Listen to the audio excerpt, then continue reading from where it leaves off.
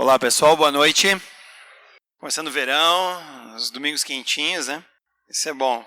Muito legal o que nós cantamos aqui. Muito bom o que nós ouvimos hoje aqui. E tem tudo a ver um pouco com aquilo que nós vamos conversar hoje. Já faz algum tempo eu tenho me dedicado a olhar os evangelhos e o último deles ali narrado é o Evangelho de João. E como é um evangelho rico esse Evangelho de João.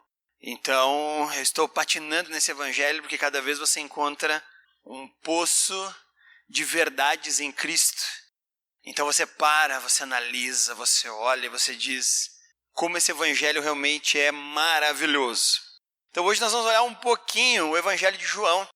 Então se você quiser, você já pode abrir aí e nós vamos olhar o primeiro capítulo, não todo ele, mas nós vamos dar uma olhada nos primeiros 18 versículos do Evangelho de João. Antes de começar, eu vou dizer de onde veio esse Evangelho de João, então. João, ele é um dos discípulos de Jesus. Nós vamos ver melhor depois no capítulo 1 com o Andar, que ele é um dos primeiros discípulos de Jesus. Ele, André, Simão Pedro, Natanael, são os primeiros discípulos, e Filipe, são os primeiros discípulos que Jesus vai ter contato. Então eles serão os primeiros. O Evangelho de João também, dos 4, ele é o mais novo deles. Foi escrito lá no final do primeiro século. Então acredita-se que foi escrito lá por 80 e poucos depois de Cristo. Quando João já era um senhor idoso. Muito obrigado, Léo. João já era um senhor idoso cuidando da igreja de Éfeso. Então, pensa aí você, bom em geografia, por isso que a gente estuda, né? Mapa do mundo. Nós temos lá em cima nos Balcãs a Grécia e nós temos a Turquia hoje. Aquela região que hoje compreende a Turquia era mais ou menos a região das 7 igrejas da Ásia Menor. Uma dessas cidades era a cidade de Éfeso, onde João era então um presbítero lá, um líder lá. E o interessante é que já circulava outros 3 evangelhos. Então fica a pergunta, para que escrever mais um evangelho? João não podia ter usado só os outros 3? Mas o Espírito Santo ainda tinha coisas a revelar por meio de João. Se você olhar o Evangelho de João, capítulo 20, nós vamos ter a tese com a qual João quer levar o seu Evangelho a conhecimento. Capítulo 20, versículos 30 e 31, João diz assim: Jesus realizou na presença dos seus discípulos muitos outros sinais miraculosos que não estão registrados nesse livro. Mas estes foram escritos para que vocês creiam que Jesus é o Cristo, o Filho de Deus, e crendo, tenham vida no seu nome. Então já tinha outros 3 evangelhos rolando, tinha outros 3 evangelhos acontecendo, e o Espírito Santo ainda tinha coisa a revelar. Então ele chama o apóstolo João e diz: João, eu preciso que você faça um evangelho que vai completar toda aquela coleção. E João é interessante que ele é diferente dos outros 3, que são chamados de sinóticos, porque ele registra eventos diferentes. Então, a primeira coisa que motiva o Evangelho de João é que os judeus ainda tinham coisa a revelar por meio da vida e ministério de Cristo na Terra, que ainda não estava completa com os outros 3. João também ele tem um grande problema. Ele está no meio de 2 culturas. Na verdade, se nós pararmos para pensar, são 3 culturas. Mas 2 delas são muito parecidas. João, ele é de origem judaica.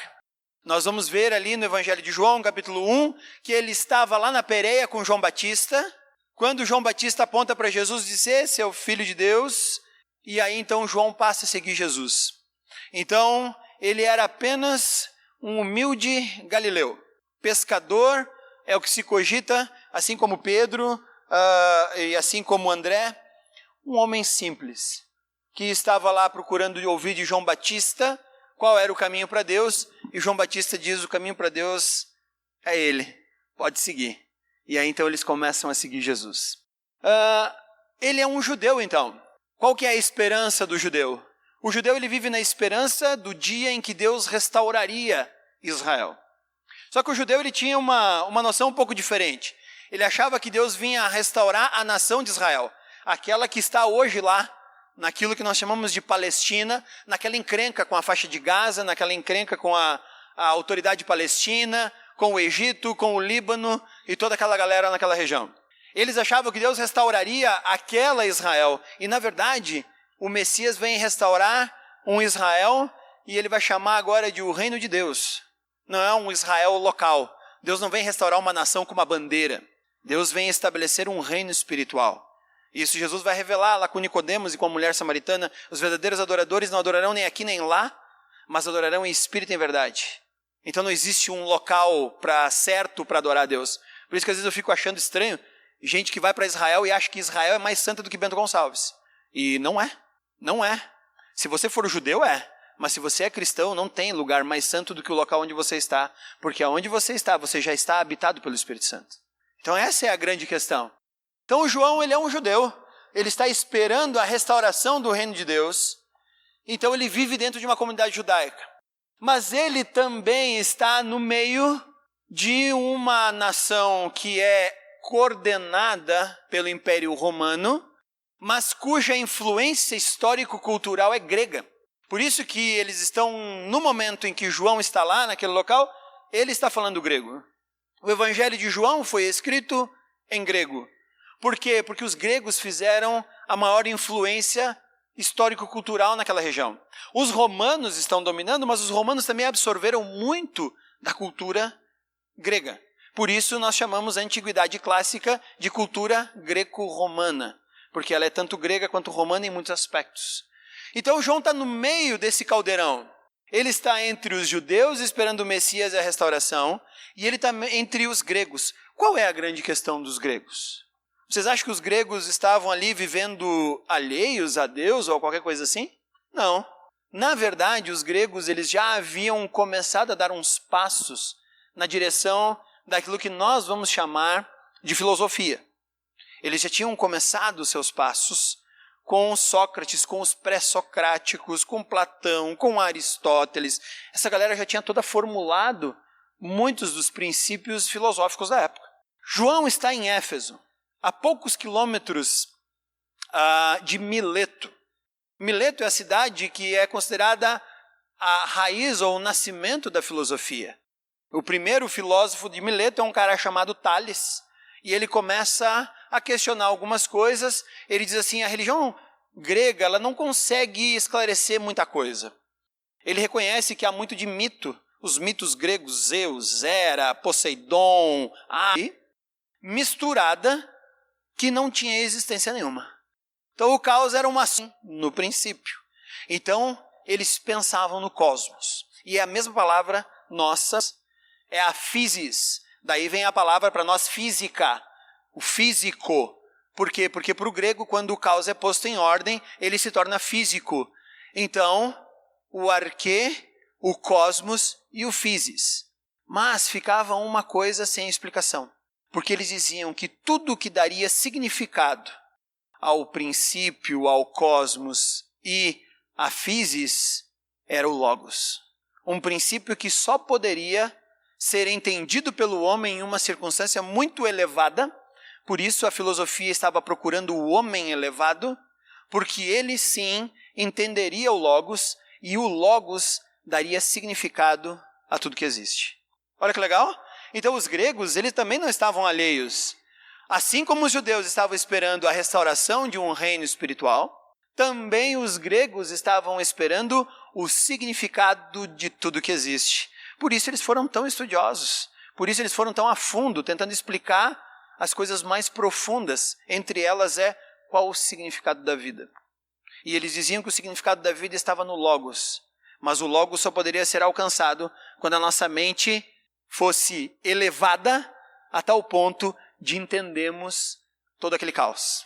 Vamos olhar agora o Evangelho de João, capítulo 1, e nós vamos ver que o Espírito Santo inspira esse homem para explicar a judeus e a gregos qual é o significado de todas as coisas.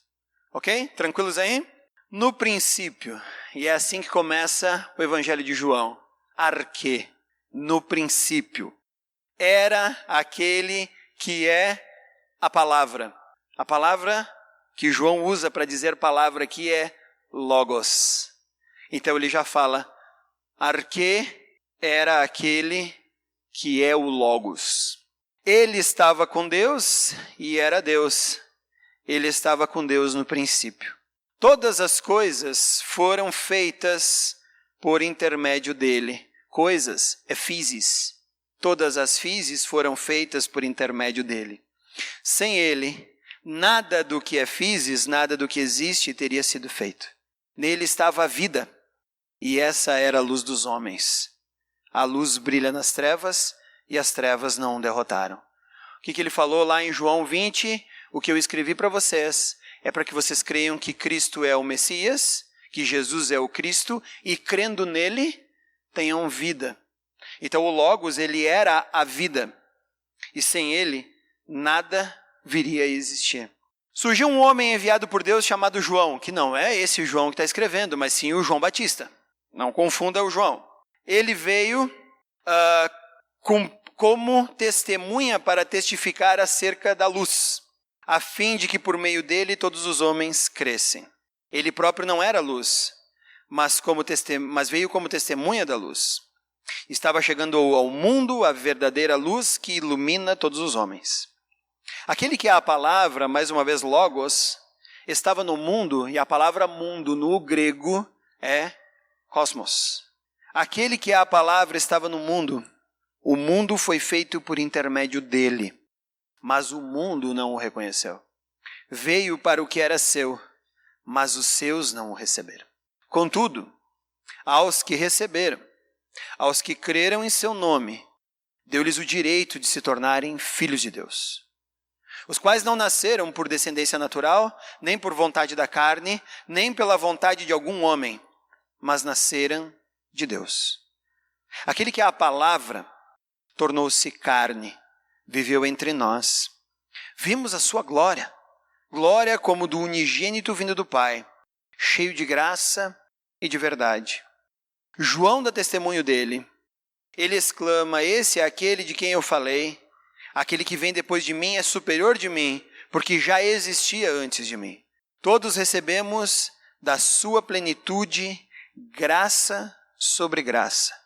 Pois a lei foi dada por intermédio de Moisés, a graça e a verdade vieram por intermédio de Jesus Cristo. Ninguém jamais viu a Deus, mas o Deus unigênito que está junto ao Pai o torna conhecido. Então agora aqui, uma pena falarmos português. Se todos vocês entendessem grego, nós entenderíamos o recado de João de forma excelente. Já dá para entender em português, mas se nós olhássemos melhor o grego aqui, nós íamos ver que João está explicando que o significado que os gregos tanto buscam em todas as coisas é Jesus. E que o significado do reino que os judeus estão esperando é Jesus. Então era isso que faltava, porque nenhum outro evangelho inicia como inicia o evangelho de João. Se você olhar para Gênesis capítulo 1, versículo 1, nós temos lá no hebraico a palavra Bereshit. Bereshit é a mesma palavra arquê do grego, da Septuaginta, que é a mesma palavra princípio para nós aqui. Então o Antigo Testamento dizia que no princípio criou Deus os céus e a terra. Só que João vai além. Ele diz sim, no princípio realmente Deus criou todas as coisas, mas tem uma coisa que era eterna e existia junto com Deus lá, o Logos, o significado de todas as coisas. Ele também fala para os gregos que diziam, não, antes era tudo uma sopa cósmica, misturada em desordem, tanto que o nome dela é caos. E João vai dizer, não, porque no princípio, eternamente, existia uma trindade, e essa trindade era uma harmonia nela mesma. Deus Pai, Filho e Espírito Santo. Não tinha caos. Deus sempre existiu, Ele é eterno, por isso Ele é o Alfa e o Ômega. Ele está acima do tempo, além do tempo, porque foi Ele quem criou o tempo. Foi Ele quem criou o espaço, foi Ele quem criou a matéria. Então, por isso, nós somos limitados hoje como criaturas pelo tempo, espaço e matéria, mas Deus não pode ser limitado pelo tempo, espaço e matéria, porque Ele criou todas essas coisas. Então, a grande questão que nós temos que entender aqui é que Jesus Cristo já existia antes de todas as coisas. Por meio de Jesus Cristo é que a physis da filosofia grega foi criada, é isso que João está dizendo. e por meio dele o cosmo veio a existir. E por isso, Jesus Cristo é quem dá significado a todas as coisas. O grande problema é que nós temos um desvio, e o desvio é que nós não somos ainda filhos de Deus. E não sou eu que estou dizendo, é João quem está dizendo. João capítulo 11 disse que nem todo mundo é filho de Deus, como às vezes tem aquele ditado popular, todos são filhos de Deus. Mas João capítulo 1, versículo 11 e 12 diz que não. Diz que filhos são aqueles que o receberam, os que creram em seu nome. Esses têm o direito e o privilégio de serem chamados filhos de Deus. Porque não nasceram de forma natural. E agora vem a grande questão. O judeu achava que por ele nascer em Israel, ele já pertencia a Deus. Ele tinha um nascimento natural. Por isso que João capítulo 3, Jesus vai conversar com um cara religioso chamado Nicodemos, dizendo para ele, um grande judeu, líder da religião judaica, Jesus diz para ele, você tem que nascer de novo. Ele, hã? Como assim nascer de novo? Como assim nascer de novo? Voltar para o ventre da minha mãe e nascer? Porque eu já nasci na nação certa, no lugar certo, da mulher certa, na lei certa. E Jesus diz, tu tem que nascer de novo do Espírito. É necessário que você nasça de novo. Então os judeus achavam que eles eram filhos de Deus só por nascerem em Israel. Vem João agora e diz, de forma natural não. Deus adota, Deus dá o privilégio de ser chamado filho a todo aquele que recebe o Logos, aquele que entende porque Jesus veio. O problema é que nós estamos tão alterados que em Cristo Jesus está restaurando todas as coisas, inclusive o fato de sermos rebeldes a Deus, que é o grande problema do Antigo Testamento. O homem se rebela contra o seu Criador e tenta viver uma vida alheia ao seu Criador e não consegue nunca chegar até o seu Criador. O que o Criador faz? Estabelece ele uma escada pela qual nós podemos subir e termos acesso a Deus. É interessante que ele fala, ninguém viu a Deus, mas quem vê Cristo pode ver a Deus. A grande questão aqui, então, é que João está dizendo que o significado de todas as coisas é um só. O significado de todas as coisas é Cristo. Ele é que dá significado a tudo que existe, a tudo que acontece. Aí então vem a grande pergunta para nós em João capítulo 1. Aonde é que está Cristo na minha vida? Porque qualquer coisa que eu tiver, que Cristo não for o final de todas as coisas, ela está em desacordo com tudo mais no universo. Eu só sou eu mesmo se eu entender quem eu sou em Cristo. Se eu tentar entender por mim mesmo, eu caio em um monte de doenças psicológicas. Por quê? Porque o objetivo não é mais Cristo, é eu mesmo. E eu mesmo com minhas limitações, eu mesmo com meus problemas, eu mesmo com os males que as pessoas me causam, com os traumas que as pessoas me causam, eu entro em uma espiral descendente e eu chego às vezes a um caos maluco que nós temos aí pessoas a ponto de tirar suas próprias vidas. Não importa a quantidade de remédio, não importa a quantidade de ajuda que ela receba, ela chega ao ponto de tirar sua própria vida. Por quê? Faltou colocar Cristo no lugar certo. Eu só sou eu mesmo quando eu coloco Cristo no lugar certo. Mais do que isso, o meu casamento ele só vai ser correto se eu colocar Cristo no lugar certo. Porque o meu casamento por ele mesmo, sem Cristo, ele não vai funcionar. Não vai ter como. Ele não vai andar. Porque ele vai ser um fim nele mesmo. Só que nós vimos que todas as coisas que foram criadas, inclusive os relacionamentos que temos uns com os outros, eles só encontram significado no Logos, que é Cristo. Então o meu casamento por ele mesmo, sem Cristo, se torna uma ruína. E o meu filho? Educar o meu filho, sem que Cristo seja o grande objetivo da vida dele, para que ele escolha Cristo e enfrente o mundo que está diante dele, é também um desserviço. Porque ele só vai ser alguém se ele conseguir encontrar quem ele é em Cristo. E se eu não der essa direção, quem vai dar? Por isso que vivemos hoje em uma sociedade onde tudo é volátil, onde tudo é de curta duração e onde tudo é baseado por aquilo que me faz. E aí os grandes pilares da sociedade estão ruindo. Por quê? Porque o primeiro pilar da sociedade que começou a ser ruído foi o pilar família, onde Deus não é mais o centro, onde eu tenho agora dois pecadores degladiando um ao outro e não mais convergindo para Cristo, e aonde eu tenho agora a criação de uma nova criatura que vai viver a Léo o jeito que ela quer, do jeito que ela quiser, do jeito que ela pensar, e vai assim. E aí que tipo de família ela vai montar? Então hoje nós estamos ruindo, e aí estão substituindo outras formas para que a família venha a existir. Por quê? Porque nós tiramos Cristo, ele veio em meio às trevas, mas as trevas não conseguiram vencer. O problema é que alguns não obedeceram e não o receberam como deveria ser recebido. Mas tem mais. E o meu emprego? E o meu emprego? Seja eu um empresário ou seja eu um funcionário, se Cristo não for o fim nisso tudo, eu estou trabalhando de forma inútil. E não sou eu que diz isso, diz a Bíblia, lá em Eclesiastes, quando diz que eis que eu vi um homem cheio de dinheiro, que vivia para si mesmo, para arrebanhar muitos bens, e sequer pensou em Deus. E aí o autor de Eclesiastes, ele chega ao ponto de dizer, se esse é o fim da nossa vida, então joga Deus fora, vamos comer e beber, porque é isso que nos sobra, não tem mais esperança nenhuma para nós. Porque Deus deixa de ser o objetivo. Então, até mesmo o meu emprego, se eu não colocar Cristo no lugar que ele tem que estar, passa a ser um fim nele mesmo, e isso vai começar a corromper a minha vida e me afastar de Deus. E a minha faculdade? Também. E os bens que eu compro? Também.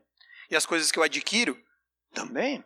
Eu falei lá no Pudécimo esses dias, eu disse, tem gente que tem maturidade para ter outros bens, e Deus dá para essa pessoa a possibilidade. Mas tem gente que não tem maturidade.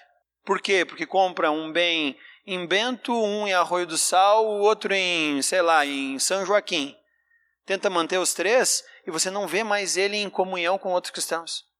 Você não vê mais ele na igreja. Esse cara não tem maturidade para ter esses bens.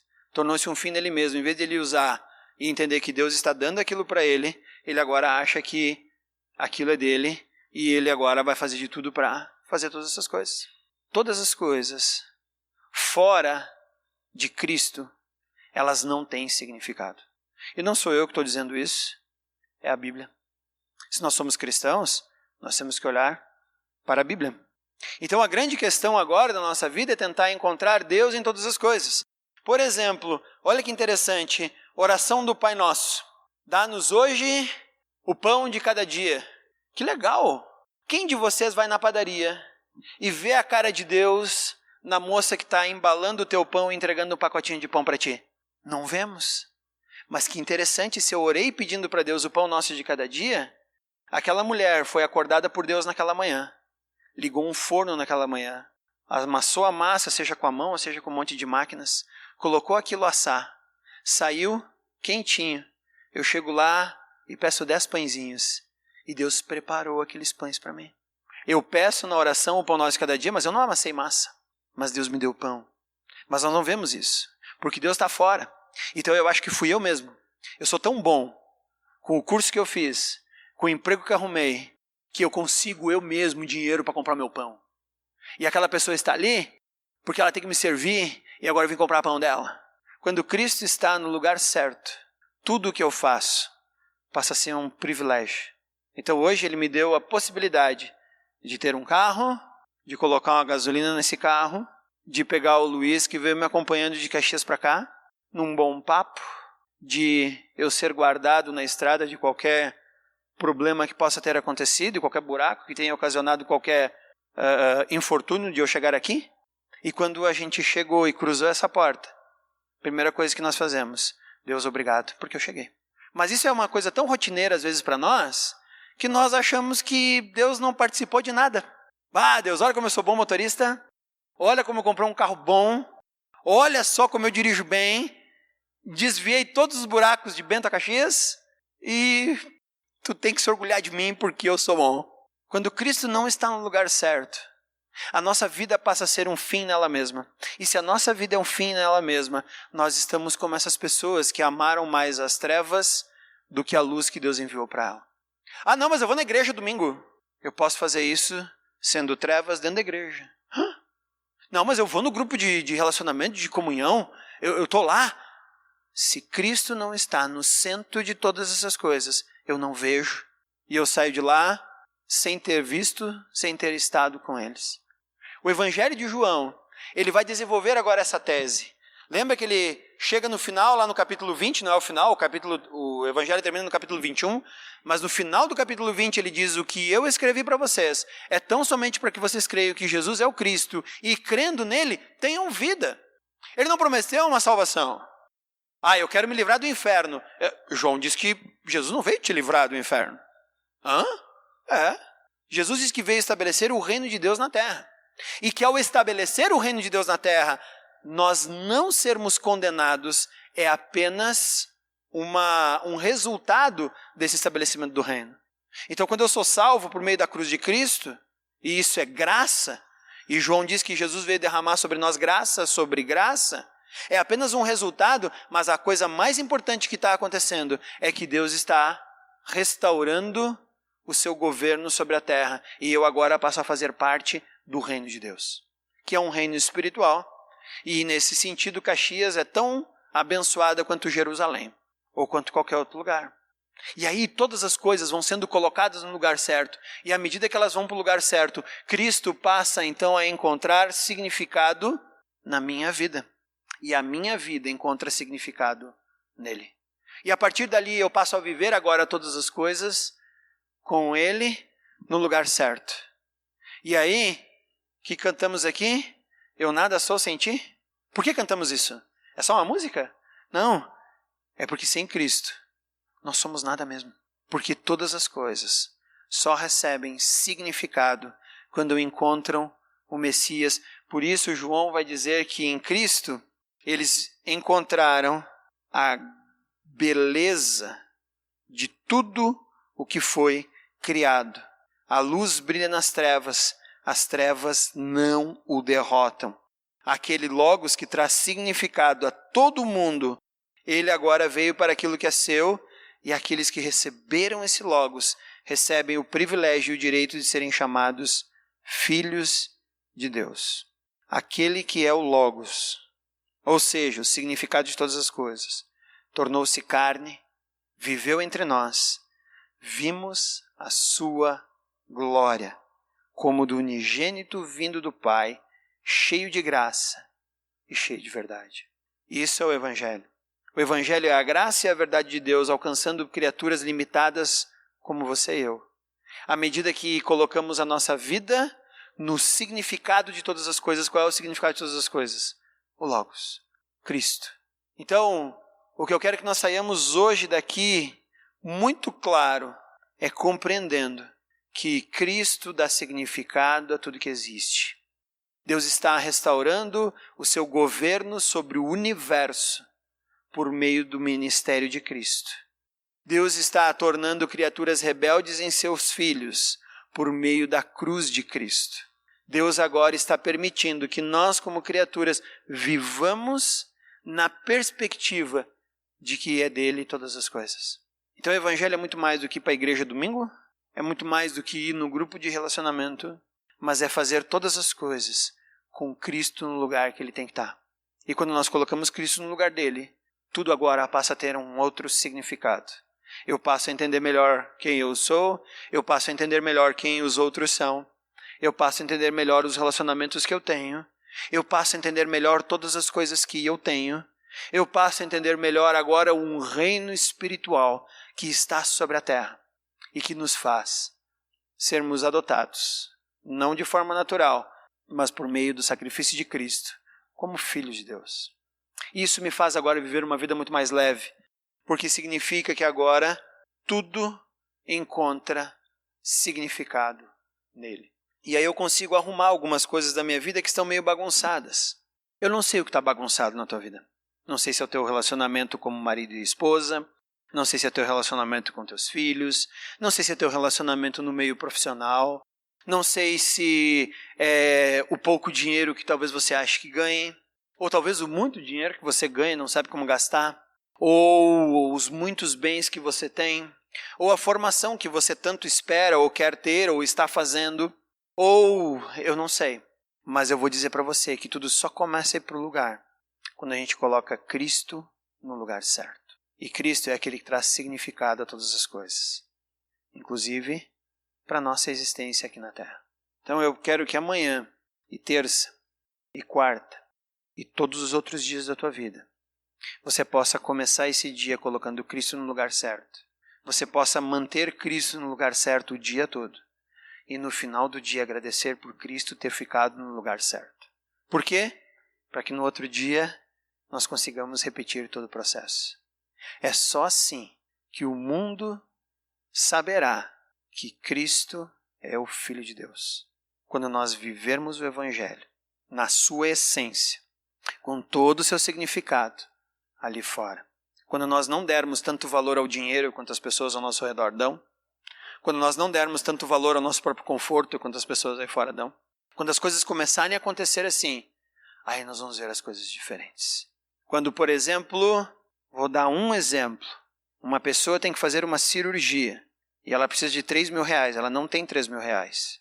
E você chega para ela e você dá 1.000, 2.000 ou 3 mil reais. E ela vai dizer, tu não precisas desse dinheiro? Tu vai dizer, claro que eu preciso.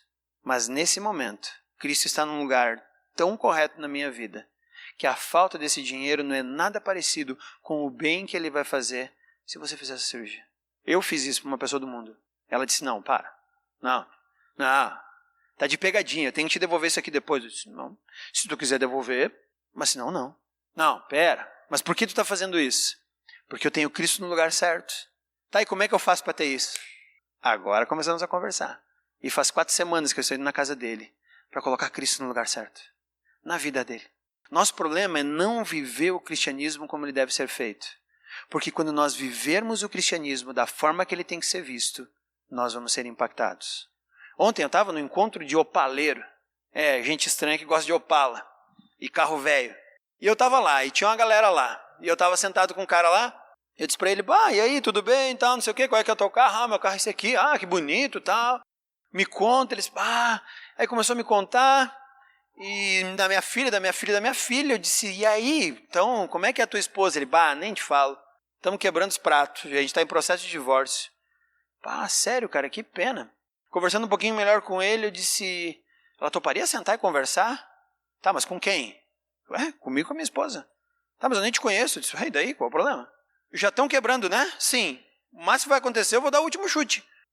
Vou ligar para ela. Ligou para ela, daqui a pouco veio. Eu vou te passar o contato dela. Ela topou conversar com vocês. Eu não sei o que vai acontecer. Eu vou ligar para ela amanhã. Mas, no meio de tudo aquilo, alguém parou para, talvez, pensar no que está acontecendo no casamento dele. Mas ninguém estava ali. Estava todo mundo olhando os Opalas, os vídeos, a música, esperando o jogo da final da Libertadores. Mas alguém parou. E a grande pergunta é, por que tu quer saber do meu casamento? Porque eu tenho Cristo no lugar certo. Quando nós pararmos para nos preocupar com as pessoas, e quando nós passarmos a fazer coisas para as pessoas que vão além do que o mundo faz, elas vão querer saber por que tu está fazendo isso. E a grande oportunidade que você vai ter para dizer é, eu tenho Cristo no lugar certo, e você pode ter a mesma coisa. Coloquemos Cristo no lugar certo, para que o mundo aí fora saiba que Deus está preocupado com todos eles, para que eles também sejam adotados como filhos, e que eles saiam do caos em que eles estão vivendo, e que tudo o que eles esperam só vai encontrar significado quando eles se aproximarem do Logos. Vamos orar? Senhor Deus, nós somos gratos pelo Evangelho de João, a Tua palavra viva e eficaz, a Tua palavra que move os nossos corações na direção daqueles que são Teus filhos. E a palavra que nos move na direção daqueles que não são teus filhos. Porque eles podem vir a ser. Para que eles encontrem o verdadeiro significado. Para que eles deixem de ser pessoas procurando significado em coisas rotas, em coisas tão simples, tão sem significado. Mas que eles encontrem significado em Ti. Move-nos, porque Tu foi para o céu. Atos 1:8 diz que Tu foi levantado ao céu e subiu. Mas também diz que nós ficamos aqui para sermos as Tuas testemunhas. Então, a próxima vez que tu voltar do céu, Pai, tu vai voltar para julgar todas as coisas. Mas essa luz que veio habitar no mundo, ela ainda brilha no coração de cada um de nós que crê no sacrifício de Cristo. Portanto, nós somos os Cristos que as pessoas aí fora vão conhecer e vão ver. Nós somos os Cristos que vamos falar ao coração delas. Nós somos os Cristos que vamos apresentar o Teu reino para elas, para que elas possam encontrar significado. Porque fora disso, Pai, vai ser muito ruim. Elas não vão ter a oportunidade de ouvir, mas apenas de serem julgadas. Então, faz-nos colocar Cristo no lugar certo. É isso que nós pedimos em nome do teu Filho amado Jesus Cristo. Amém.